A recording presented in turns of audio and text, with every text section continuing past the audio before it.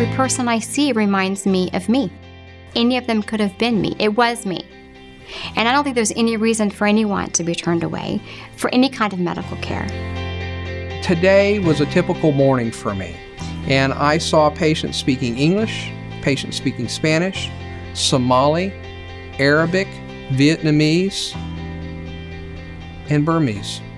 Those were my patients this morning. And that is where I make my greatest impact, because I'm able to prevent illness. And that's what this is all about, preventive medicine. I don't care what kind of insurance you have or whether you don't have, you're going to get the best care here.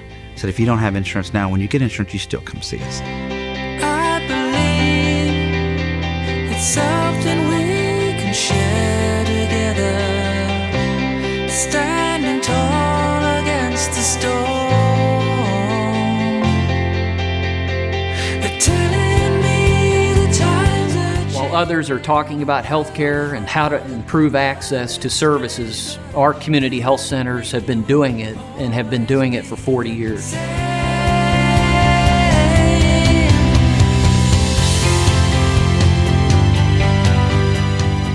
I am very alive and well, and it's all due to the community health center. And if it wasn't for them, I probably wouldn't be alive right now. Sometimes I get a lot of phone calls. Are you diabetic? Well, we want to take care of you. I said, no, you don't have to. I got people that are doing that already. telling us the times are changing, the world is round and love is strange, but you and me will always be the same.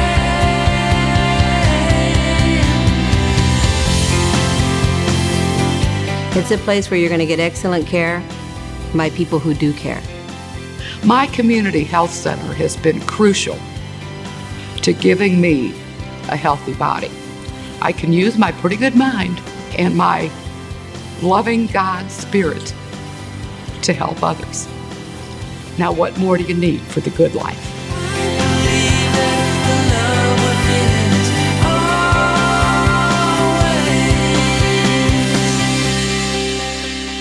America's Community Health Centers. This is our story. In the early 1960s, our nation was awakened to the reality of millions of Americans living in poverty, uninsured, with no access to medical attention.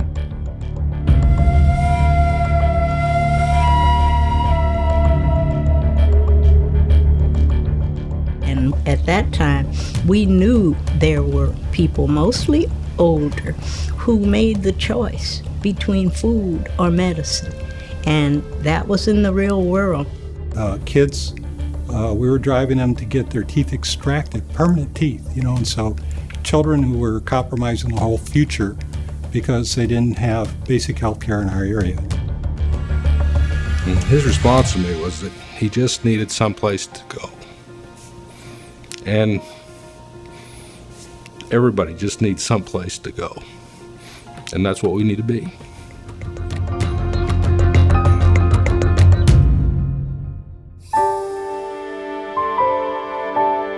Pioneer servants of the community, doctors, nurses, community leaders, volunteers, all began to take a stand and address this growing healthcare epidemic. Well, the health center movement really started in the 60s, and I like to think of it as an experiment that really worked. The year was 1965, and in Mound Bayou, Mississippi, and the Columbia Point neighborhood in Boston, Doctors Jack Geiger and Count Gibson pushed forward a radical new idea. It would change the course of healthcare delivery, a community-based model of healthcare that was to serve all people, regardless of their ability to pay, and give patients a voice in how that care was delivered. Someone had to do it. Someone had to become a community health center. We'd do whatever it took in order to get one started. So we had a dream. We had a dream, and it definitely was a case of if you build it, they will come. And about the same time, we realized that out there was a community health center movement going on in the United States. And that arrangement seemed perfect because it allowed a clinic to take care of Medicaid patients as well as uninsured patients. Plus, you could include your own insured patients if you wanted to. Obviously, I knew nothing about running nothing. I knew how to be a nurse and I knew how to be compassionate with people and understand their needs, but so I was learning as I took this job.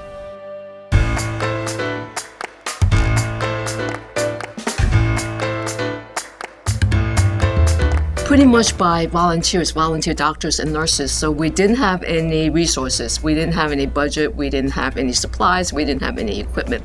So one of our volunteers, who was a very bright college student, decided that he was going to build his own medical equipment. So he went out and bought some spare parts, and he built a centrifuge. Equipment was old and had been retrieved from charitable donations of some kind or another. Jack used to say that the X-ray equipment came off the Mayflower. It was pretty old, but it worked. A copy machine was a big deal back then, you know. Really, I was living out of my checkbook, and so the first person I really needed to hire was a finance person, so I could get some money back in return. So. Back during the old days, I had to literally write the grants, write the progress reports, and sometimes see that the billings went out on time. And a couple of times had to even close the books. I don't know where we're going to get $70,000. What do you think we should do? So I said, simple. You and I are going to write a check for $1,000, and all we got to do is find 69 more people to do the same. So he said, okay, you're in charge. And I said, I need your shop, and I have some cold cash. I'd like to buy your building. And he looked at me like, what? Where are you coming from?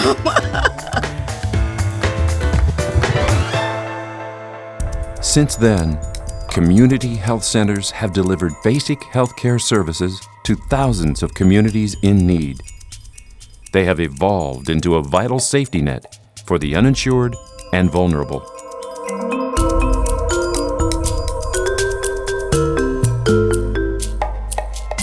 So, for example, at Family Care Health Center, patients can come here. They can see me for their primary care. And right on staff in the same facility, we have a lactation consultant, we have a nutritionist, we have a dentist, we have our own pharmacy, we have a psychiatrist, and the list goes on in terms of support services that I can draw on in order to take care of my patients' needs.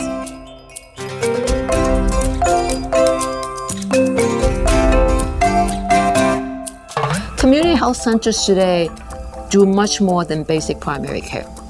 Through the years, we have developed expertise in identifying and treating chronic conditions. Today, if you look at our facilities, they're state-of-the-art. They're digital x-rays. We're paperless. We have all the technologies that you'll find in private practice, and sometimes even better technologies.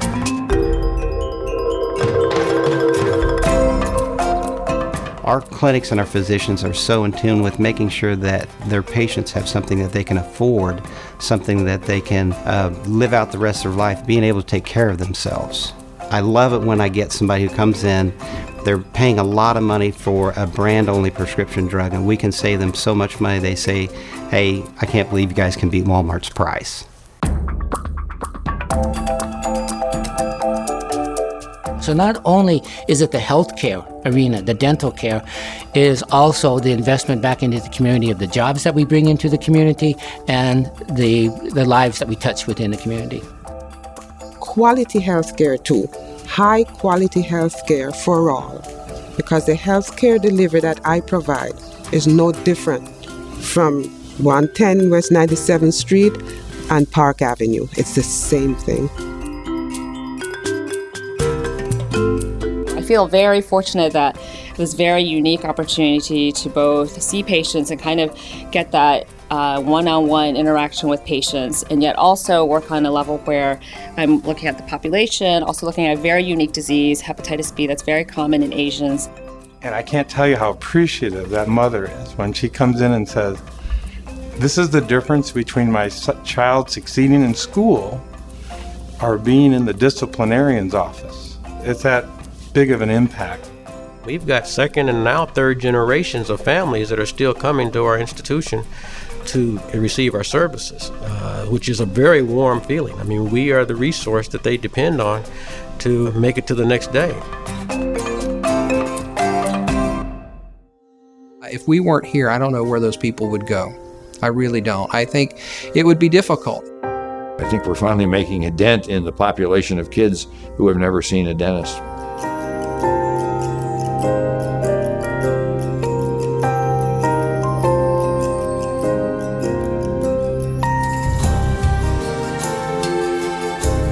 And it really is a movement. It came out of the civil rights, and that became very meaningful across the country with bipartisan support. We're not out there competing to steal patients from one another. We're out there to compete for those patients, to get them in the door that otherwise just would go without health care. It's getting them off the street, motivated and kind of engaged in their own health care. There's a lot of physicians who are willing to take care of people that have money, and some of us need to take care of folks that don't have money, and so that's my job. Today, community health centers are located in all 50 United States, U.S. territories, and the nation's capital. And with 8,000 locations, they are serving over 20 million people. But the demand for healthcare is at an all-time high. Unfortunately, there's some areas that have third world conditions, and so we are severely lacking, and we have a lot of need. Southern Jersey sees so many migrant farm workers who would have no other place to go. To answer this need, community health centers have launched a plan called Access for All America. This plan will expand health centers into more communities to serve over 30 million people by the year 2015. It's well documented from government studies and private studies that community health centers are more cost effective and provide higher quality care than some of our comparable sisters and brothers in hospitals and private practices. So we know what's going on. We know what people need, and it's easier for us to get the things done if we, smart enough, bright enough to set up a system like this. And there's interest by, of course, the federal authorities, by Congress, by the president, because they know that these health centers, we work. It works. I mean, we work for the community, we work with the community, and we have good outcomes. We save money. We just know how to do it.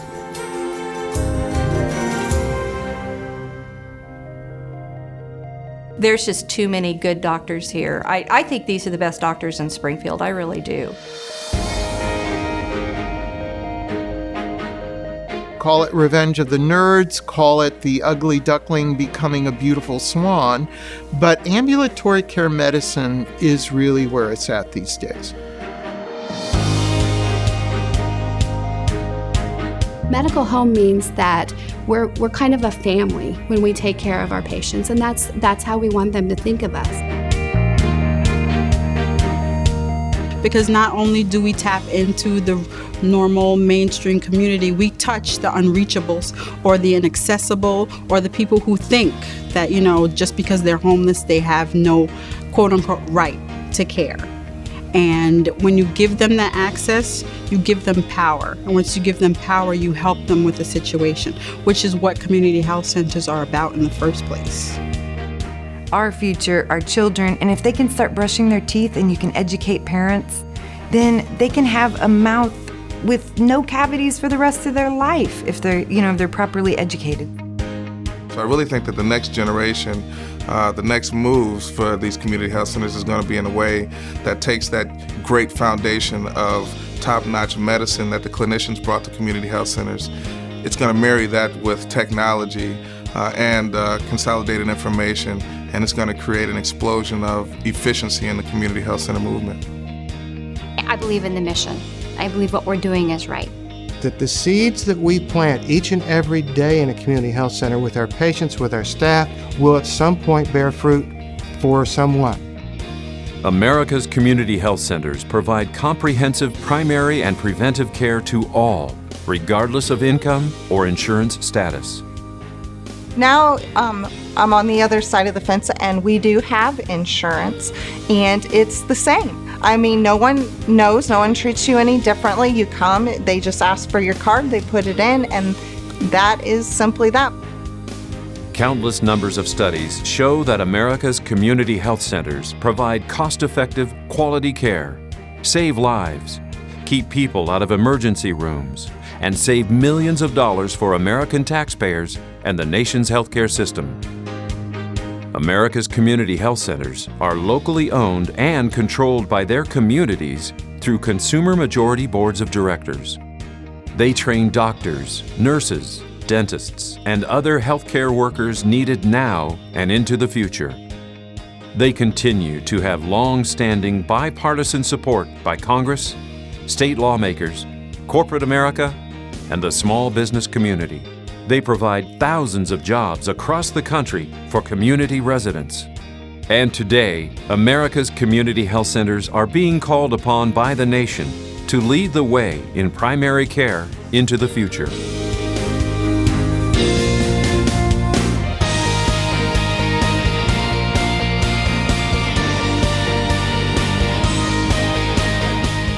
You know, it is imperative that we continue to advocate for these agencies that are providing outstanding services and care to the folks, as I said earlier, that need it most.